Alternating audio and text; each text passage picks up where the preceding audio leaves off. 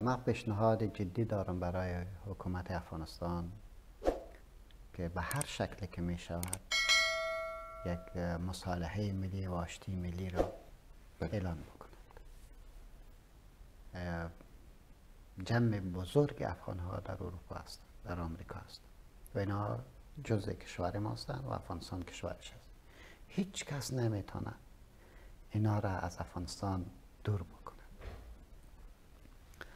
اگر یک مصالحه ملی و آشتی ملی صورت بگیرد که افغانایی که در اونجا رفتن اونا پس باید به کشورشان برگردن و به شکل برگردن که یک کشور را از خود فکر بکنند، نظام را از خود فکر بکنند، خود را در نظام ببینند و با چالش و با تهدید و روبرو نشوند، با عزت باشند، با کرامت باشند، حق نقد و حق تنقید و حق تعبیر را داشته باشند.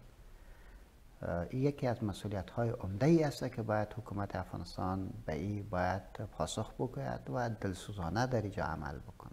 درست. اگر چنین کار صورت گرفت، من یقین دارم که جمعی از افغان‌ها به مو ایمانی که دارن، به مو تربیتی که دارن نمیخوان در اونجا زندگی بکنن، پس برمیگردن به افغانستان. خیلی از متخصصین هم در اونجا هستن.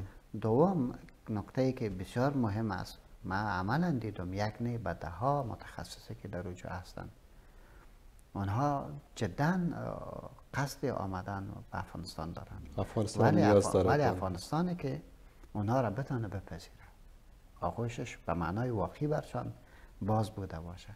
تو نشود که در حقیقت یک پرزه اضافی کشورشان است و حق اراده و حق تمیز و حق همه چیز را باید داشته باشد. بعضی اساس من میگم که بسیار مهم است و حکومت افغانستان در این باید یک میزی باید داشته باشد و سرزو بحث باید صورت بگیره، گفتمان باید صورت بگیره، بعد نماینده های افغان‌ها که در خارج از اونها دعوت شوند، خواسته هایشان تحلیل شود، حکومت چی امرشان کرده میتونه، اونها با افغانستان چی کاری کرده میتونن، یک رابطه وثیقی باید ساخته شود و این بسیار مهم است. ما پیشنهاد جدی ما به می بود و اکنون ما چند مجاری رساندم که زیبا هست که اگر یک اداره مستقل روابط با افغان‌ها در تحت چوکات ریاست الوزراء جور شود تا که متخصصینی که در اونجا هستند، شخصیت هایی که در اونجا هستند با اینها تنسیق روابط شود، خواسته های از اون مردم را در نظر بگیریم و یک فرصتی را بسازیم که افغان‌ها خود را پس ببیند. و چگونه ببیند؟ این چیزی است که نباید اغفال بکنه، نباید خود را به اصلاح سرسری از پیش دیر بکنه که بیاین کشور از شماست، همه چیز درست است. در حقیقت صحیح نیست. در حقیقت اگر کسی که میاد در افغانستان میاد باید با عزت بیاید، در افغانستان میاد باید با آبرو، با همه امیدهایی که دارد با او باید بوده باشه. نمیشه در یک فضای اختناق، در یک فضایی که به اصلاح تهدیدآمیز بوده باشه کسی زندگی بکنه، او مجبور است در بیرون زندگی بکنه و در اینجا افغانستان زیان میرسانه، به مسلمانان زیان است. مسئولیت حکومت افغانستان من میگم که یک اتاقی را باید جور بکنه که شخصیت های از بیرون افغانستان در اونجا بیاین بحث بکنه و روی کرد واقعی را و ملموسی را برای حل از قضیه باید پیدا کنه. جناب حضرت مولانا شاید بعضی ها برداشت اشتباه بکنن که این دعوت به مصالحه ملی اینا به معنی این نیست که ما از کسایی که جنایت کردن در حق ملت افغانستان در حق وطن اونا هم برگردن و با اونا هم حق داده شود و اونا هم سهیم شوند در حکومت. شاید بعضی ها اینطوری فکر بکنن. من تو میگم که استاد واقعیتش اگر بگم کی است که در افغانستان خدا پاک تراش بکنه؟ کلگی به شکل از اشکال در این جنگ 45 ساله درگیر هستن. هیچ کس نمیتونه بگه که هیچ کاری من نکرده. من میگم که ما میخوایم که یک خشت نو را بگذاریم، یکی است که به کلگی فرصت بدیم که بوده باشه. دو، کسایی که خیانت کردن اونا را پس سر اقتدار نبیاریم. دقیقاً. صحیح شده؟ این فرق میکنه.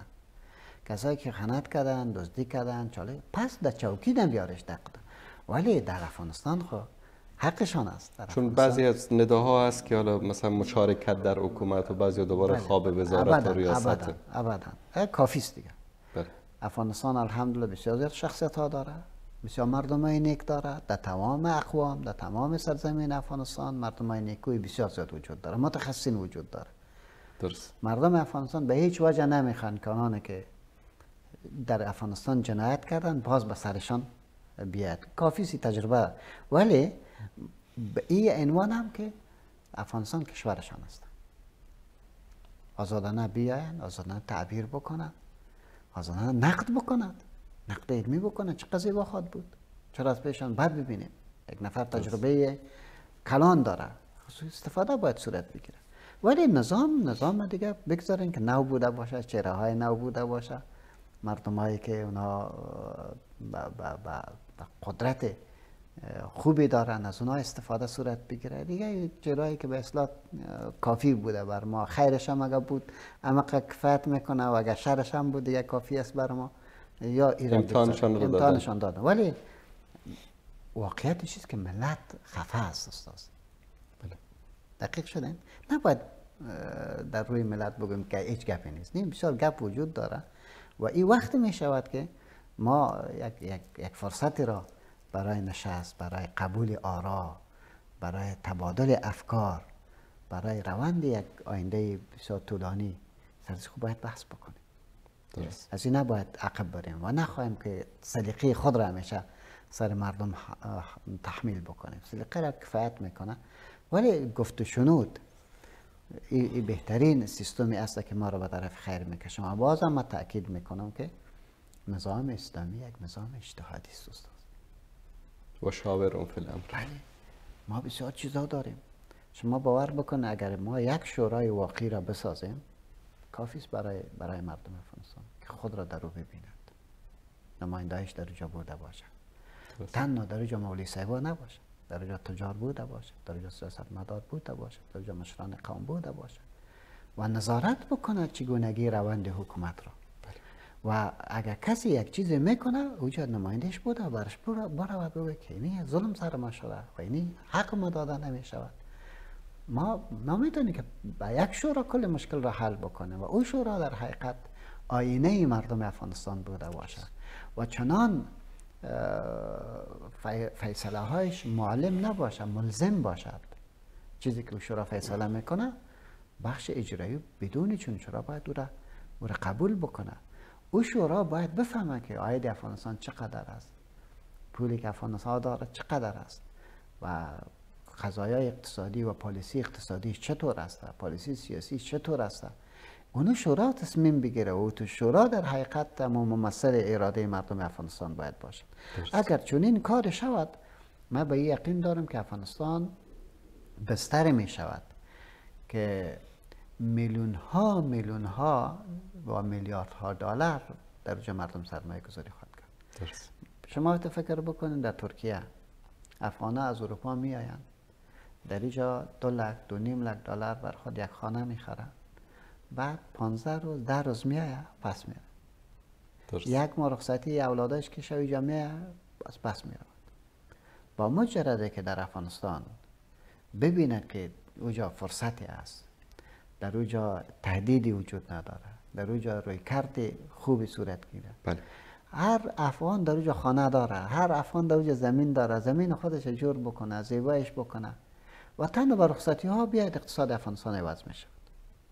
این خب بگذاریم که چقدر افغان ها دوست دارن که کلا بیاید، هیچ نمیخواین و خصوصا افغان هایی که قبلا رفتن، یعنی دکتر صاحبا رو دیدن، متخصصین دیدن، اونا هر لحظه در این فکر هستن که چگونه به کشورشان برگردن و این قدرت علمی که دارن این را در افغانستان بسپارن. این یکی از آرزوهای افغان است. به این خاطر لازم است که حکومت افغانستان در این قضیه تنها تصمیم گیری نکند، بلکه یک تصمیم گیری تخصصی بکند و نماینده ها را بخواهد، همراهشان بشیند، به یک پالیسی این مشکل را حل بکند.